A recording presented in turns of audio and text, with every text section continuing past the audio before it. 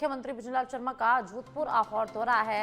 आज मुख्यमंत्री भुजनलाल शर्मा जोधपुर होते हुए जालोर के आहोर पहुंचेंगे। विशेष विमान से दोपहर 12:15 बजे जोधपुर पहुंचेंगे, जहां जोधपुर एयरपोर्ट पर सीएम भुजनलाल शर्मा का स्वागत होगा। भाजपा पदाधिकारी मुख्यमंत्री भुजनलाल शर्मा की अगवानी करेंगे और एयरपोर्ट से ही हेलीकॉप्टर से आहोर के लिए प्रस्थान करेंगे। मुख्यमंत्री भुजनलाल शर्मा आहोर में समस्या समाधान शिविर का अवलोकन करेंगे और इसके साथ ही आहोर में जनसभा को भी मुख्यमंत्री भुजनलाल शर्मा संबोधित करेंगे। तो मुख्यमंत्री भुजनलाल शर्मा का आज जोधपुर जालोर दौरा है, जहां मुख्यमंत्री भुजनलाल शर्मा आज जोधपुर होते हुए जालोर के आहोर पहुंचेंगे।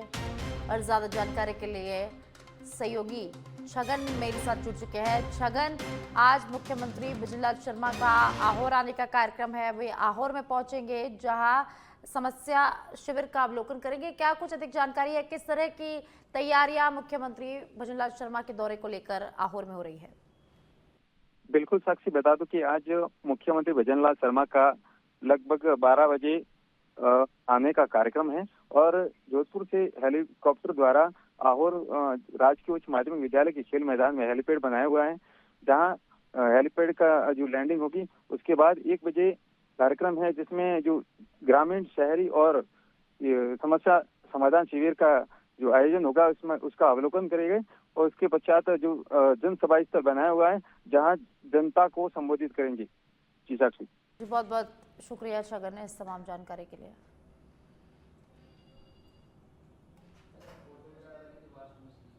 तो मुख्यमंत्री भुजनलाल शर्मा का आज जोधपुर जालोर दौरा रहने वाला है। मुख्यमंत्री भुजनलाल शर्मा आज जोधपुर होते हुए जालोर के आहोर पहुंचेंगे, जहां जोधपुर एयरपोर्ट पर मुख्यमंत्री भुजनलाल शर्मा का भाजपा पदाधिकारी स्वागत करेंगे, उनकी अगवानी करेंगे और उसके बाद जोधपुर एयरपोर्ट से हेलीकॉप्टर से आहोर के लिए मुख्यमंत्री भुजनलाल शर्मा रवाना होंगे। आहोर में समस्या समाधान शिविर का अवलोकन करेंगे और इसके साथ ही जनसभा को भी मुख्यमंत्री भुजनलाल शर्मा यहां संबोधित करेंगे।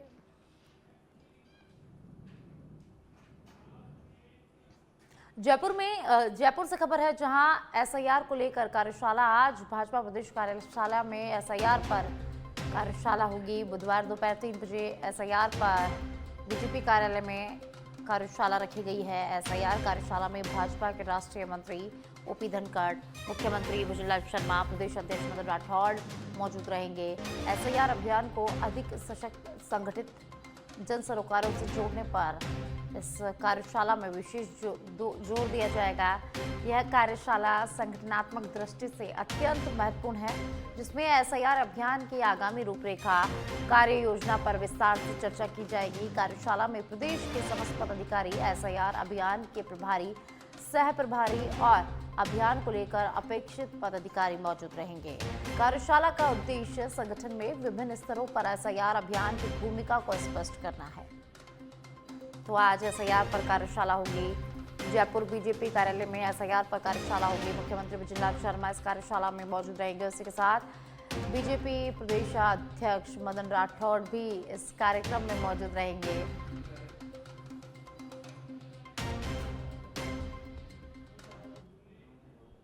और अब जयपुर के दूदू से खबर है, जहां NH 48 पर देर रात अलग अलग 2 सड़क हादसे हो गए। ट्रेलर से कट मारने से पिकअप गाड़ी पलट गई। हादसे के चलते कुछ देर यातायात यहां पर बाधित रहा। दूसरे हादसे में ट्रैक्टर का हुक टूटने से ट्रॉली पलट गई और गनीमत रही कि दोनों हादसों में कोई जनहानि यहां पर नहीं हुई है। तो मोखमपुरा पुलिस ने क्रेन की मदद से वाहनों को हाईवे से हटवाया। उसके बाद यातायात यहां पर सुचारू किया गया। तो दूदू से खबर है, जहां NH 48 पर देर रात 2 सड़क हादसे हो गए। तो हालांकि गनीमत रही कि दोनों हादसों में कोई जनहानि यहां पर नहीं हुई।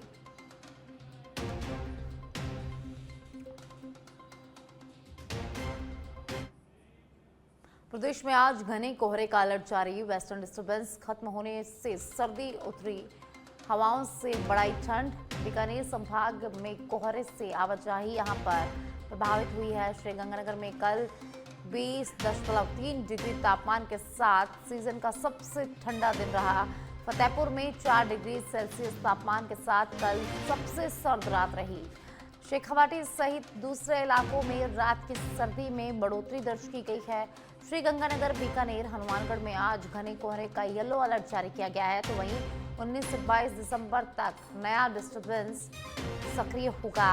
सिस्टम के प्रभाव से बीकानेर, जैसलमेर में हल्के बादल छा सकते हैं।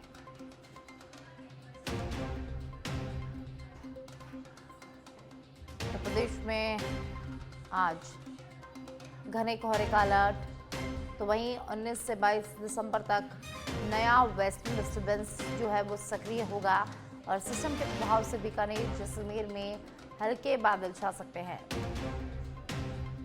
तो प्रदेश में आज घने कोहरे का अलर्ट जारी किया गया। तो जयपुर से खबर है, जहां सिडनी नरसंहार के विरोध में शिवसेना युवा सेना का मौन श्रद्धांजलि कार्यक्रम, शहीद स्मारक पर 2 मिनट का मौन रखकर निर्दोष मृतकों को किया नमन। राज्य प्रमुख सचिन सिंह गौड़ ने घटना की कड़ी निंदा की, दोषियों पर सख्त कार्रवाई की मांग की गई है। आतंक और हिंसा के खिलाफ एकजुट होने का युवा सेना ने आह्वान यहाँ पर किया है। मानवता, शांति और संवेदनशीलता का मजबूत संदेश दिया है। तो जयपुर से खबर है, जहां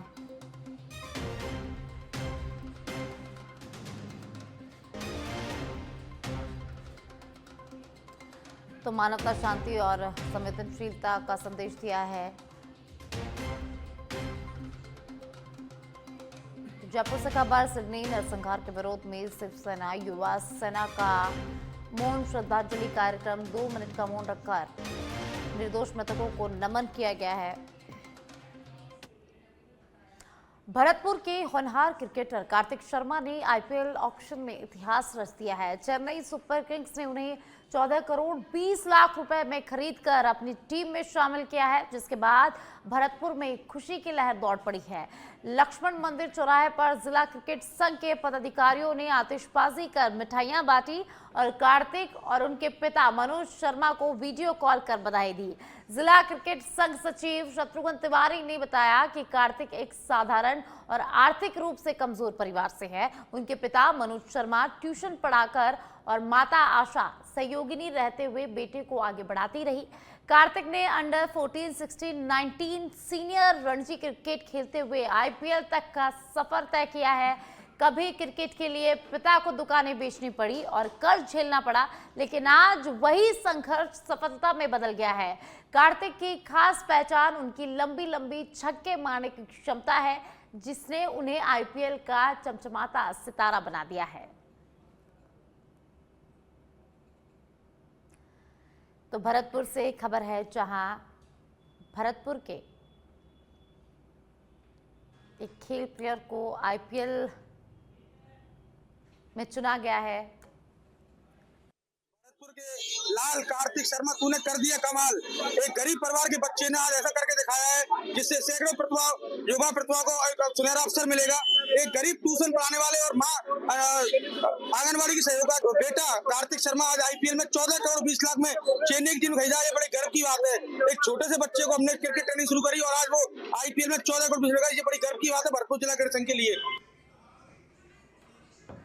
फतेहपुर जिले में बादलों का दबाव कम होते ही सर्दी ने तेज असर दिखाना यहां पर शुरू कर दिया है। मंगलवार को तापमान में गिरावट दर्ज की गई, जिससे 2 दिन में ही रात के तापमान में 3.6 डिग्री की कमी दर्ज की गई है। फतेहपुर कृषि अनुसंधान केंद्र पर बुधवार को न्यूनतम तापमान 2.0 डिग्री सेल्सियस दर्ज किया गया, जबकि मंगलवार को अधिकतम 27.3 और न्यूनतम 2.9 डिग्री रहा। कई ग्रामीण इलाकों में सुबह कोहरा छाया रहा। जयपुर मौसम विभाग के निदेशक राधेश्याम शर्मा के अनुसार अगले 2 दिन मौसम शुष्क रहने की संभावना है, जिससे कोहरा और शीतलहर की स्थिति बन सकती है। 18 से 22 दिसंबर के बीच पश्चिमी विक्षोभ सक्रिय होने से कई स्थानों पर बारिश, कोहरा और शीतलहर का असर देखने को मिल सकता है। और वहीं सुबह के समय फतेहपुर शहर में वायु गुणवत्ता सूचकांक 230 दर्ज किया गया, जिससे प्रदूषण का स्तर भी बढ़ा हुआ है।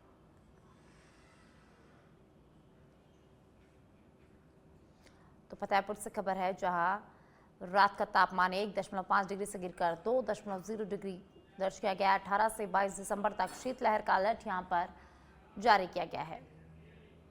और अब सुमेरपुर से खबर है, जहां राज्य सरकार के निर्देशों की पालना में नगर पालिका द्वारा सर्द ऋतु को ध्यान में रखते हुए निराश्रित, बेघर और असहाय लोगों के लिए विशेष अभियान चलाया जा रहा है। अभियान के तहत फुटपाथों, बस स्टैंड और प्रमुख चौराहों पर रात गुजारने वाले लोगों को चिन्हित कर नगर पालिका के आश्रय स्थलों में सुरक्षित ठिकाना उपलब्ध करवाया जा रहा है। नगर पालिका सुमेरपुर के अधिशासी अधिकारी नरपत सिंह राजपुरोहित ने बताया कि आश्रय स्थलों में बिस्तर, रजाई गद्दे, शौचालय, पेयजल, गर्म पानी के लिए गीजर, सिगड़ी, कोयला, प्राथमिक उपचार, केयरटेकर, सीसीटीवी कैमरे और एलईडी टीवी जैसी सभी आवश्यक सुविधाएं निःशुल्क उपलब्ध है। सुमेरपुर में स्वीकृत 2 रैन बसेरों में से एक अस्थायी रैन बसेरा वर्तमान में संचालित है, जबकि आवश्यकता अनुसार अस्थायी रैन बसेरे भी खोले जा रहे हैं। साथ ही नगर पालिका द्वारा रात्रिकालीन गश्त की भी यहां पर की जा रही है। यह अभियान आगे भी निरंतर जारी रहेगा।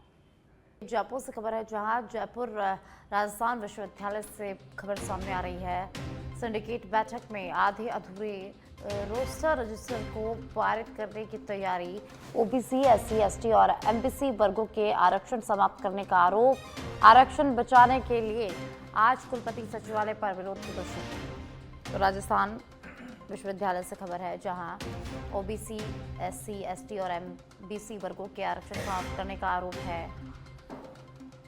आरक्षण बचाने के लिए आज कुलपति सचिवालय में विरोध प्रदर्शन किया जा रहा है।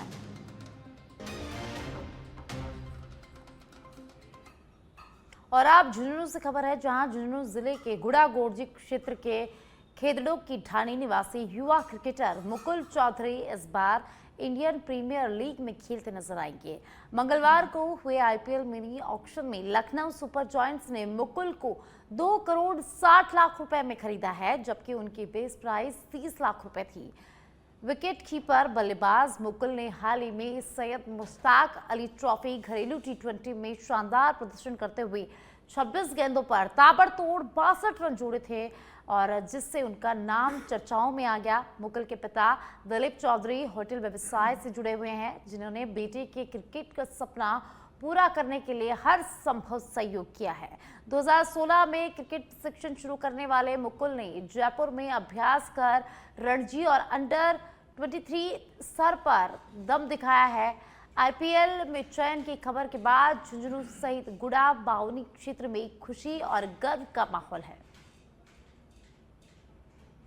तो मुकुल चौधरी अब आईपीएल में खेलते नजर आएंगे। 30 लाख की बेस प्राइस थी और उन्हें 2 करोड़ 60 लाख में आईपीएल के लिए खरीदा गया है। 1 जनवरी से भारत टैक्सी ऐप सेवा शुरू होगी। भारत सरकार की ओर से पहल की जा रही है। ड्राइवरों को 80% से अधिक किराया मिलेगा। सर्च प्राइसिंग पर लगाम इससे लग सकेगी। यात्रियों को सुरक्षित पारदर्शी राइड इससे मिलेगी। तो ड्राइवरों को 80% से अधिक किराया मिल पाएगा। तो भारत टैक्सी ऐप लॉन्च होगा।